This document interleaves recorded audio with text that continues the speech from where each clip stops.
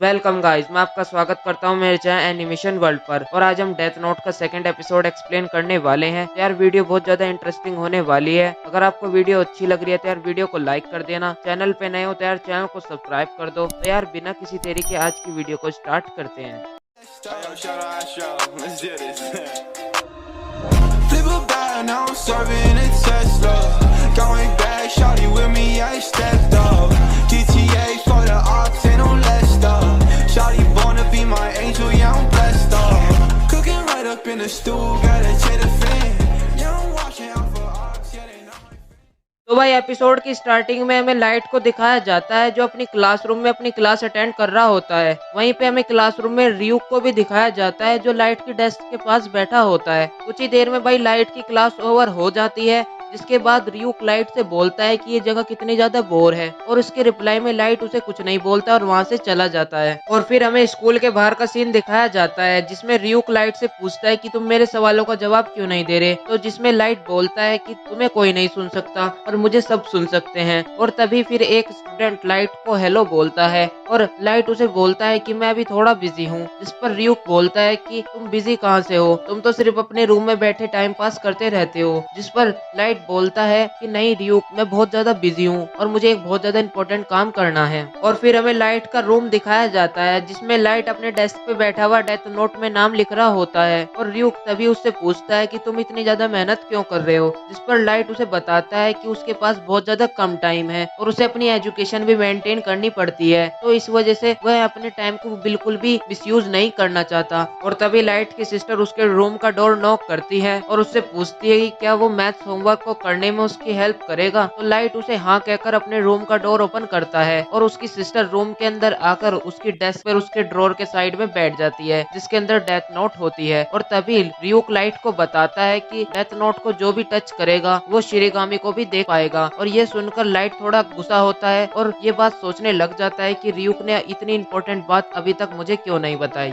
और फिर हमें नेक्स्ट सीन में सीआईपीओ की बिल्डिंग दिखाई जाती है जहां पर बहुत सारे ऑफिसर्स के बीच में मीटिंग हो रही होती है कि इतने कम दिनों में इतने सारे क्रिमिनल्स की हार्ट अटैक से कैसे डेथ हो सकती है। और उसी बात को लेकर सभी ऑफिसर्स के बीच में आर्गुमेंट होना शुरू हो जाता है। और फिर टास्क फोर्स के हेड चीफ याग्मी जो लाइट के डैड भी हैं उस मीटिंग में आते हैं और उनका असिस्टेंट मासूदा उन्हें बताता है कि मीटिंग अभी स्टार्ट हुई है। और फिर कुछ ऑफिसर्स कहते हैं कि हमें इस केस पर किस बेसिस पे इन्वेस्टिगेशन करनी चाहिए, जिस बात पर एक ऑफिसर गुस्सा होकर कहता है कि लगता है हमें एल को बुला लेना चाहिए, जिस पर सभी के सब ऑफिसर्स चुप हो जाते हैं। और मासूदा चीफ याग्मी से पूछने लग जाता है कि एल कौन है, जिसके रिप्लाई में चीफ याग्मी उसे बताते हैं कि एल एक फेमस डिटेक्टिव है जिसे आज तक किसी ने भी नहीं देखा है और उसने बहुत सारे केसेस को सॉल्व किया है। और तभी पीछे से आवाज आती है कि एल ने इस केस पर पहले से ही काम करना शुरू कर दिया है। और फिर एक मिस्टीरियस पर्सन जिसका नाम वतारी होता है वो मीटिंग में आता है और चीफ याग्मी अपने असिस्टेंट को बताते हैं कि वतारी ही एक ऐसा पर्सन है जो एल को जानता है और वही है जो हमारा एल से कांटेक्ट करा सकता है। और फिर वतारी उन्हें बताता है कि वो अभी कुछ ही देर में एल से उनका कांटेक्ट कराने वाला है। और फिर वतारी अपने लैपटॉप के जरिए सभी ऑफिसर्स की एल से बात कराता है, जिसमें एल उन्हें बताता है कि मुझे सभी कंट्रीज के ऑर्गेनाइजेशंस की हेल्प चाहिए इस केस में, और खास तौर पे जो जापानीज टास्क फोर्स है वो मेरी हेल्प करे। जिस पर एल उन्हें ये भी बताता है कि उसकी इन्वेस्टिगेशन के हिसाब से जो क्रिमिनल है वो जापान से ही है। और फिर चीफ याग्मी एल से प्रूफ मांगते हैं, जिस पर एल उन्हें रिप्लाई में कहता है कि मैं बहुत जल्द खुद उस पर्सन से बात करने वाला हूँ, जिसे सुनकर सभी ऑफिसर्स हैरान हो जाते हैं।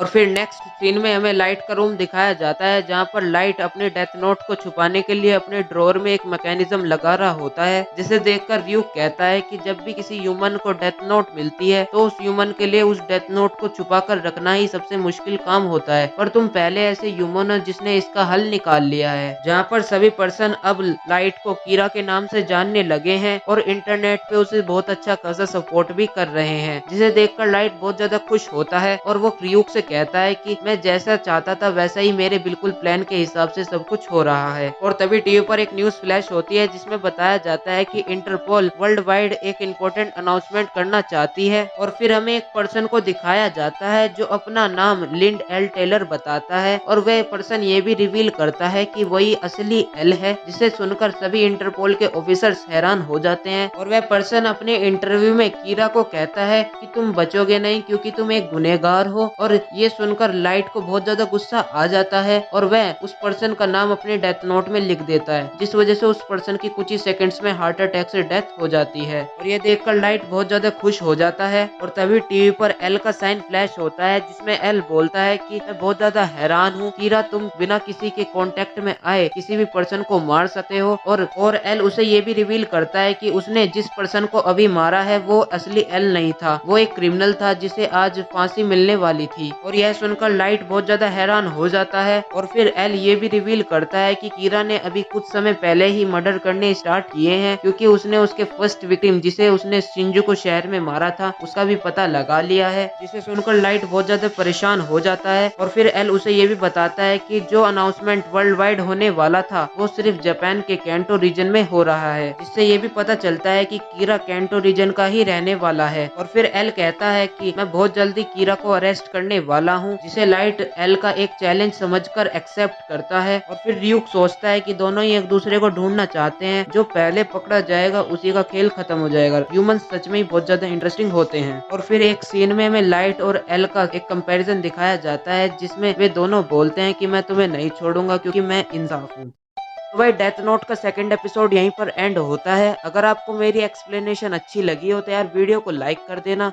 और अगर आप चैनल पे नए हो तो यार चैनल को सब्सक्राइब कर दो। मैं मिलूंगा आपको नेक्स्ट वीडियो में, तब तक के लिए बाय बाय।